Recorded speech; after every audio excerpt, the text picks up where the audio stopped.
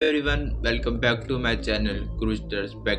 तो गाइज मैं इस चैनल पे बैक टू बैक 2 डेज से स्टोरीज डाल रहा हूँ और मुझे काफ़ी बढ़िया रिस्पॉन्स मिल रहा है।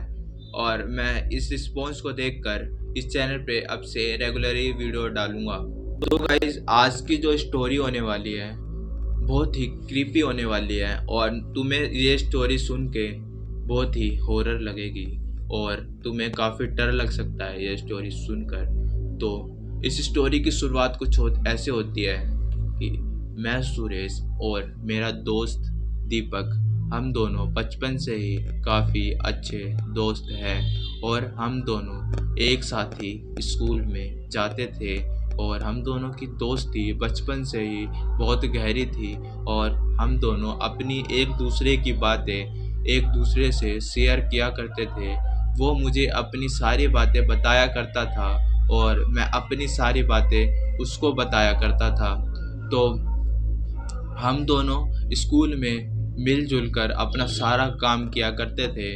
वो मेरा होमवर्क कर दिया करता था और मैं उसका होमवर्क कर दिया करता था। हम दोनों की स्कूल की पढ़ाई भी एक साथ ही कंप्लीट हुई और स्कूल की पढ़ाई के बाद हम कॉलेज के एडमिशन के लिए भी एक साथ ही गए। हम दोनों ने कॉलेज में एडमिशन लिया और जो मेरा दोस्त दीपक है उसकी कॉलेज से पहले ही एक लड़की के साथ सगाई तय हो चुकी थी। उस लड़की का नाम था हीना और वो लड़की से दीपक उस हीना से बहुत प्यार करता था और वह पूरी रात उस लड़की से बात किया करता था। वह हीना बहुत ही अच्छी लड़की थी और उसका जो बिहेवियर था बहुत ही अच्छा था और दीपक का भी बिहेवियर काफ़ी शुरू से काफ़ी अच्छा था और वह जिससे भी बात करता था या जिससे उसकी दोस्ती थी उसकी वो बहुत केयर किया करता था। तो हीना की वो बहुत केयर किया करता था और उससे पूरी रात वो बात करता था, उसकी हालचाल पूछता था, उसने खाना खाया कि नहीं खाया वो पूछता था। और वो मेरा भी बहुत अच्छा दोस्त था तो वो अपनी सारी बातें मुझे बताया करता था। तो एक दिन मुझे उसने अपनी एक बात बताई।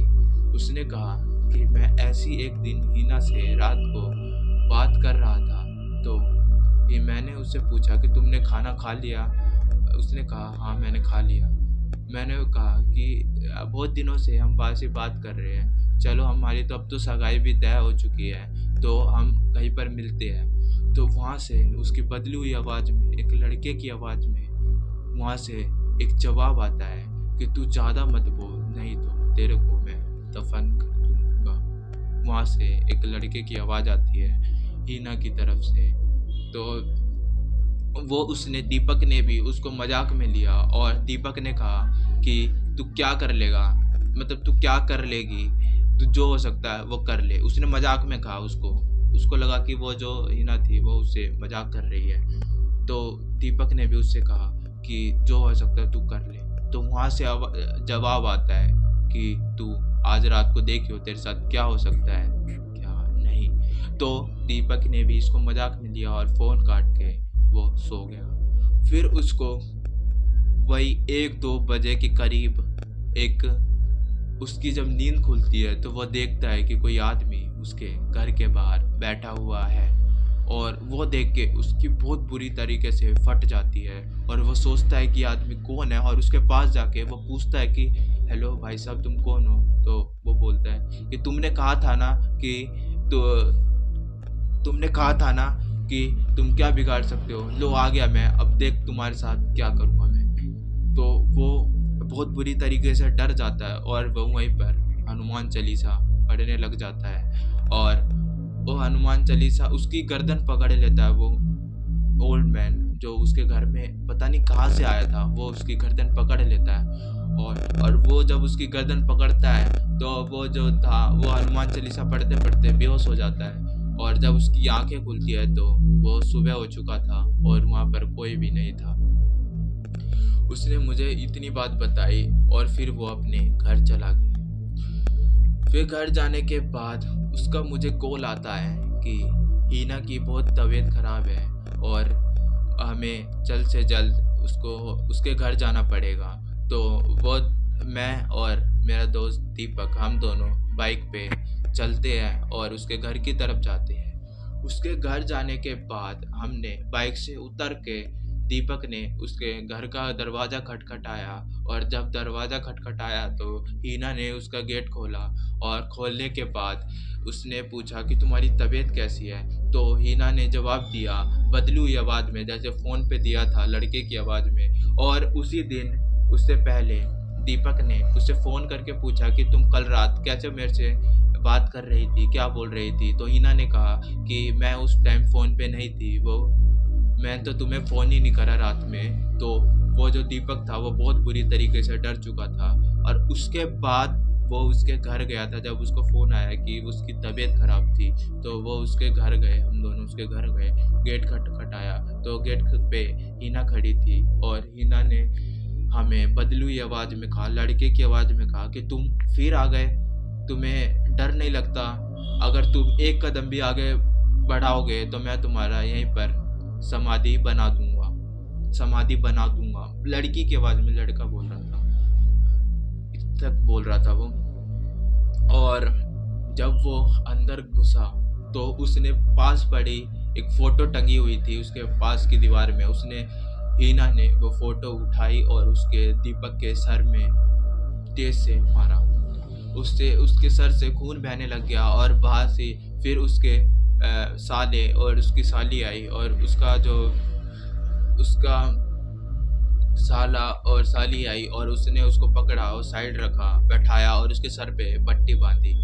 और जो उसका दादा था, हिना का जो दादा था, उसने बोला कि इसके अंदर जिन है और यह इस पे बहुत बुरी तरीके से हावी हो चुका है और यही इस सब से काम करवाता है। तो उसके ससुर ने जल्द से उसने अपने उसको मना करा कि तुम ये सब बात मत बताओ, नहीं तो ये अपनी एंगेजमेंट इससे तोड़ देगा। तो वो वहीं पर चुप हो गया और उसको दीपक और मैं, हम दोनों उसको दीपक को हॉस्पिटल लेके गए और दीपक को वहाँ पर अच्छे से पट्टी कराई। तो पट्टी कराने के बाद हम घर आ गए और फिर उसके बाद दीपक को दोबारा कॉल आता है कि हिना की बहुत तेज़ तबीयत ख़राब है, तुम्हें जल्द से जल्द हॉस्पिटल आना पड़ेगा। बहुत ज़्यादा तबीयत ख़राब है, या तो वो मर सकती है या फिर जी सकती है। तो मैं और दीपक दोबारा से जल्द बाइक लेके निकले और जब उसके हॉस्पिटल में गए तो डॉक्टर ने ये कहा कि इसका कोई भी इलाज हम पे नहीं है, ये तो सही नहीं हो रही, ये बहुत ही इसकी हालत काफ़ी ज़्यादा ख़राब है। हमने सोचा कि ऐसी कौन-सी बीमारी है जिसका इलाज इस डॉक्टर के पास भी नहीं है। तो दीपक ने मुझे कहा कि ये इसको इसके दादाजी ने मुझे बताया था कि इस पे किसी जिन का साया है और वो इस पे बहुत बुरी तरीके से हावी है और वही इसको मरवाना चाह रहा है। तो ये बात जब दीपक ने मुझे बताई और इससे पहले भी दीपक के साथ ये सब घटना हो चुकी थी, तो मुझे भी इस सब बातों पे विश्वास हो चुका था कि कहीं न कहीं इसमें उस जिन का ही हाथ है। वो जिन ही उससे ये सब चीज़ करवा रहा है और वो जिन ही इसको यहाँ से ले जाएगा।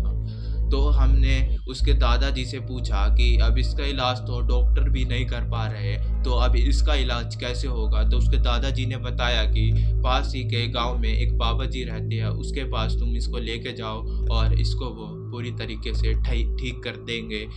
और हमने ये बात सुनते ही हिना को जल्द से जल्द बाइक पे बैठाया और हिना ने मुझसे ये कहा कि मैं अब ज़्यादा दिन की मेहमान नहीं हूँ, मैं कुछ ही दिनों में मर जाऊँगी। इससे बढ़िया कि तुम किसी और लड़की को देख के शादी कर लो।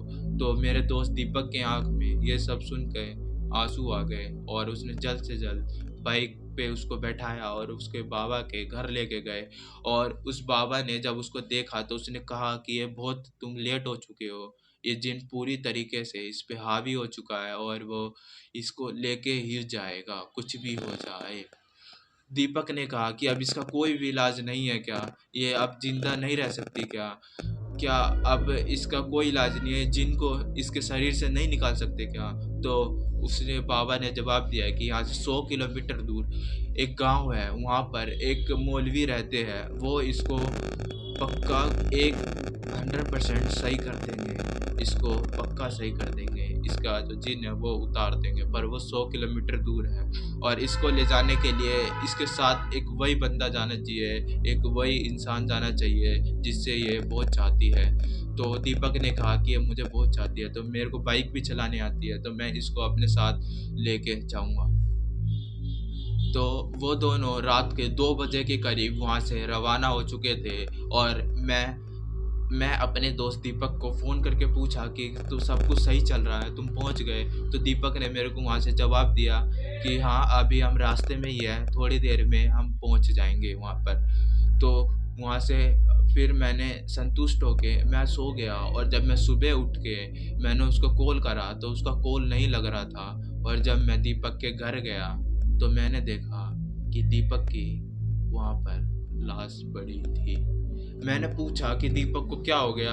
ये ऐसे क्यों लेटा हुआ है? तो उसके घर वालों ने कहा कि ये रात को गया था और हीना की तो डेड बॉडी वहाँ मिली भी नहीं और इसकी डेड बॉडी मिली तो इसकी बहुत बुरी हालत थी। जब तक इसको डॉक्टर के पास ले जाया गया, जब तक इसकी डेथ हो चुकी थी। मैंने पूछा कि इसका ऐसे कैसे डेथ हो गई? तो उन्होंने बताया कि इसका एक्सीडेंट हो गया था और किसी ट्रक वाले ने इनको कुचल दिया था, इसलिए इसकी डेथ हो चुकी थी। कहीं न कहीं इसमें भी उस जिन का ही हाथ था और उस लड़की का भी डेड बॉडी नहीं मिला। दैट्स इट गाइस, ये थी स्टोरी। तुम्हें कैसी लगी स्टोरी तुम कमेंट में बताना। चैनल पे नए हो चैनल को सब्सक्राइब करना और मुझे पिछली वीडियो में भी मैंने कहा था कि मुझे क्या इम्प्रूव करना है क्या नहीं, तुम कमेंट में बताना। तुमने इस बार भी नहीं बताया, पिछली वीडियो में नहीं बताया कि मुझे क्या इम्प्रूव करना है। प्लीज़ गाइज मुझे बता दो, मैं बहुत कंफ्यूज हूँ अभी के फ़िलहाल के लिए कि मुझे कैसी भारी आवाज़ में बोलना है या मुझे तेज़ आवाज़ रखनी है या मुझे थोड़ी मीडियम आवाज़ रखनी है। क्या मैं अपनी एक नया माइक ले लूँ? ये मुझे तुम कमेंट में बताना प्लीज़ और चैनल को सब्सक्राइब कर लो गाइज। मैं बहुत मोटिवेट होता हूँ। मेरे चैनल पे अभी बहुत कम सब्सक्राइबर है और मैं बहुत मेहनत करके वीडियो बना रहा हूँ, तो प्लीज़ गाइस चैनल को सब्सक्राइब कर लिया करो। जितने व्यूज़ आते हैं उसके 1% लोग भी मेरे को सब्सक्राइब कर लेंगे तो मेरे सब्सक्राइबर काफ़ी ज़्यादा बढ़ चुक जाएंगे। तो प्लीज़ गाइस मेरे चैनल को सब्सक्राइब कर के लिए बाय बाय।